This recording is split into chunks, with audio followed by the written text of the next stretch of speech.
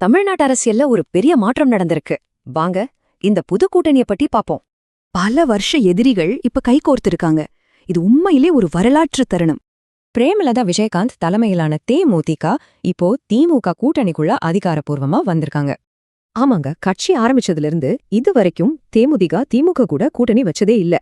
சரி, 2026 தேர்தல்ல இந்த ஒரு கூட்டணி ஏன் இவ்ளோ பெரிய தாக்கத்தை ஏற்படுத்தும்? திமுகவோட மதச்சார்பற்ற முற்போக்கு கூட்டணி ஏற்கனவே ரொம்ப ஸ்ட்ராங். இப்போ இன்னும் வலுவாயிருக்கு. இப்ப பாருங்க, திமுக கூட்டணிக்கு பலம் கூடிடுச்சு.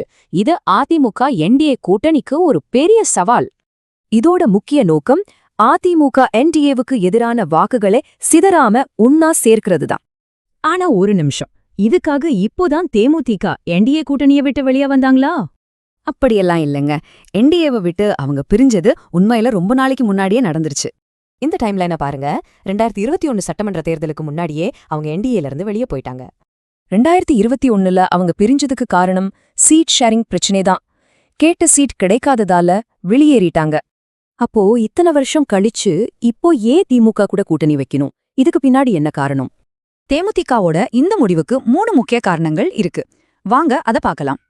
சரி, இது எல்லாத்தையும் சேர்த்து பார்த்தா நம்ம முக்கியமா புரிஞ்சுக்க வேண்டிய விஷயம் என்ன?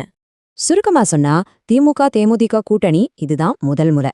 ஆனா அவங்க என்டிஏவை விட்டு 2021லயே விலகிட்டாங்க. மொத்தத்துல இது ஒரு பலமான ஒருங்கிணைந்த கூட்டணியை உருவாக்குறதுக்கான ஒரு மாஸ்டர் பிளான். அப்போ இந்த புதிய மெகா கூட்டணி தமிழ்நாட்டு அரசியல் களத்தையே மாத்தி எழுதுமா? பொறுத்திருந்துதான் பார்க்கணும்.